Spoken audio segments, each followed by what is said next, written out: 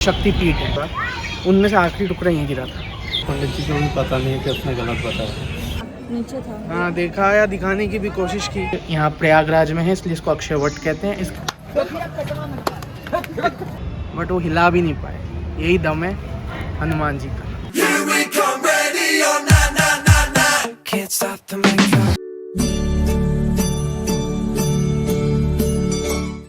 तो हम आ चुके हैं शक्तिपीठ, आलोपी शक्तिपीठ टेम्पल में।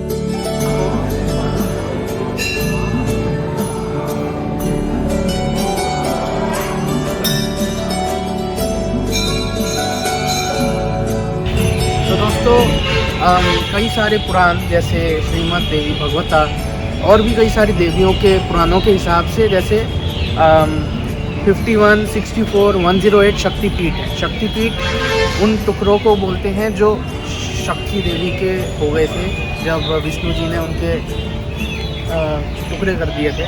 तो क्या है कि ओ माय गॉड मेरे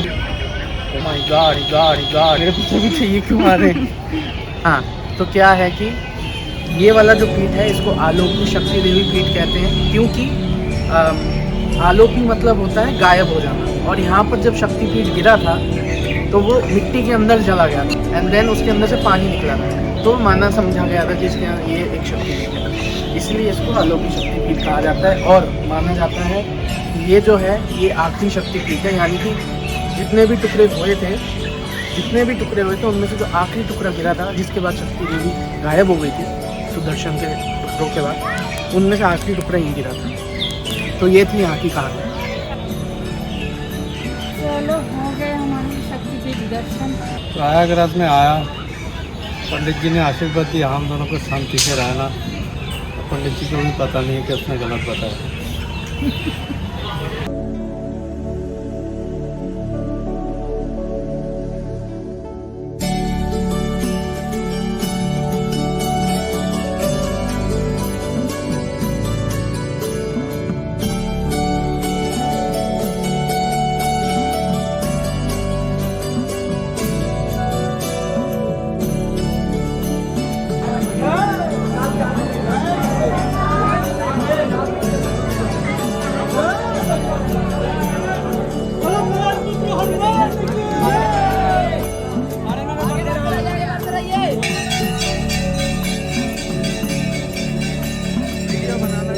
मुश्किल हो गया भाई साहब। नीचे देखा, नीचे था। हाँ, देखा या दिखाने की भी कोशिश की, इतनी भीड़ हाथ से फ़ोन गिर ही जाए।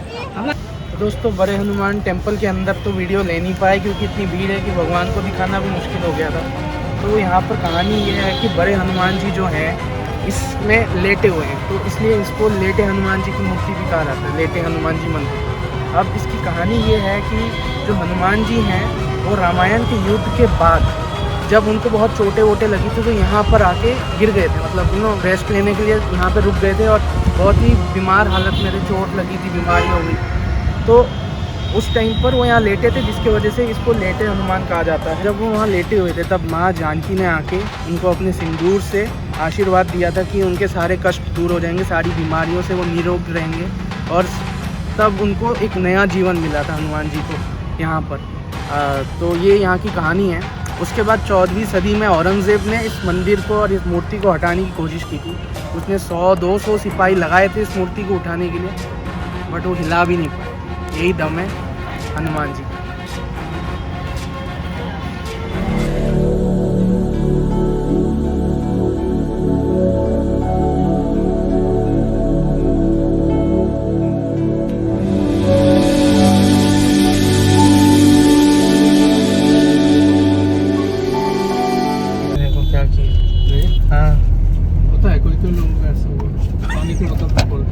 पानी की बोतल भी कोल्ड ड्रिंक्स की तरह साबित होता है। कोल्ड ड्रिंक से तेरा ही छूटा है। ये वो शांति की प्रतीक है ना। शांति की प्रतीक। ये पानी की बोतल भी ब्लास्ट हो जाता है। बॉम्ब तो छोड़ दो, समझ गया ना। पानी की बोतल भी ब्लास्ट होता है उनके हाथ। बताओ ऐसा है क्या? कुछ कहना चाहेंगे? सब सही है ना? अब यहाँ प्रयागराज आके भी ट्रैफिक के अंदर बंगाली स्वीट शॉप ढूंढ लिया हम लोगों ने, गोश्त। अब वहाँ जा रहे हैं मिठाई खाने।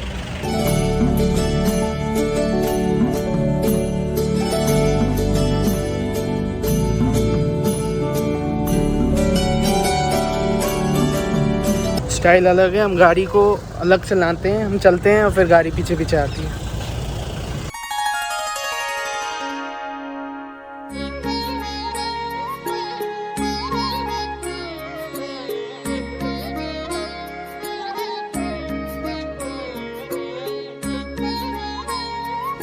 तो ये है द लेजेंडरी अक्षय वट।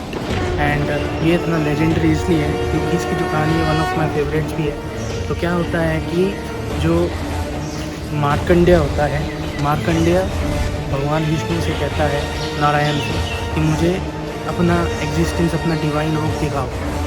तो विष्णु जी जो है वो स्वयं धरती पे आते हैं एंड वो अपना पूरा सर्कल ऑफ लाइफ दिखाते हैं। तो सर्कल ऑफ लाइफ वो पत्तों में से बच्चा कैसे पैदा होता है ऐसे लेके पूरा जीवन का जो चक्र है और फिर रीबर्थ, ये पूरा चक्र पूरा समझाते हैं वो इस अक्षय वट के थ्रू।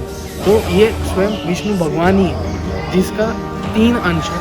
एक जो सर का अंश है, एक मिडल वाला पोर्शन और एक बेस मतलब जड़ वाला पोर्शन, चरण। तो ये वाला पोर्शन जो है ये सर का पोर्शन है, इसलिए ये यहाँ प्रयागराज में है, इसलिए इसको अक्षय वट कहते हैं। इसका मिडल पोर्शन वाराणसी में एंड चरणों वाला पोर्शन जो है वो गया में। तो अक्षय वट जो है उसको माना ये भी जाता है कि ये 5000 साल पुराना है, 5,000 to 5,100 ईयर्स ओल्ड है। एंड इसने श्रीमद् भगवत गीता जो है उसको विटनेस किया है। कृष्ण जी ने जब अर्जुन को गीता का ज्ञान दिया था तो इस पेड़ ने वो देखा है, उसने वो विटनेस किया है।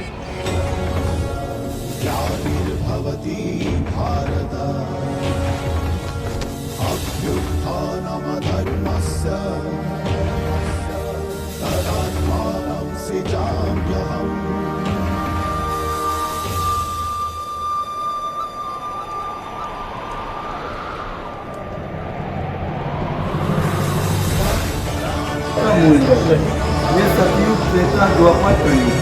कलयुग में जब महाप्रलय होगा तभी भगवान विष्णु कलिकी अवतार लेके इसी धरती पे विराजमान होंगे, तब कलयुग चलते।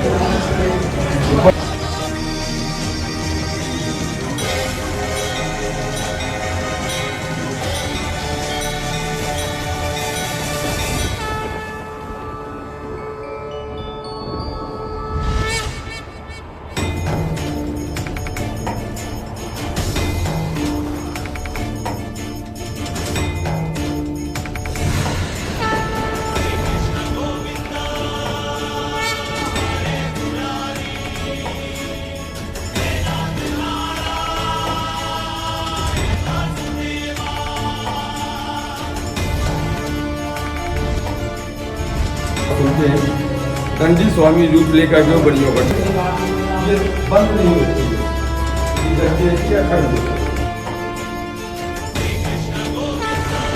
धाम जाने लगी थी तो पुत्र प्राप्त करने के लिए अपना दाहिने हाथ का गुप्त दान किया था।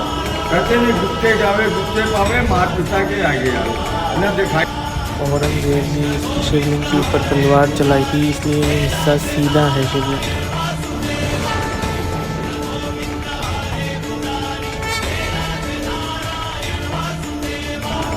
अगर बोलो शेष के अंदर बीच में शेष था। आप जितनी भी मूर्तियाँ देखेंगे सब पीछे से शरीर के सारे कष्ट दूर होते गंगा सागर तक।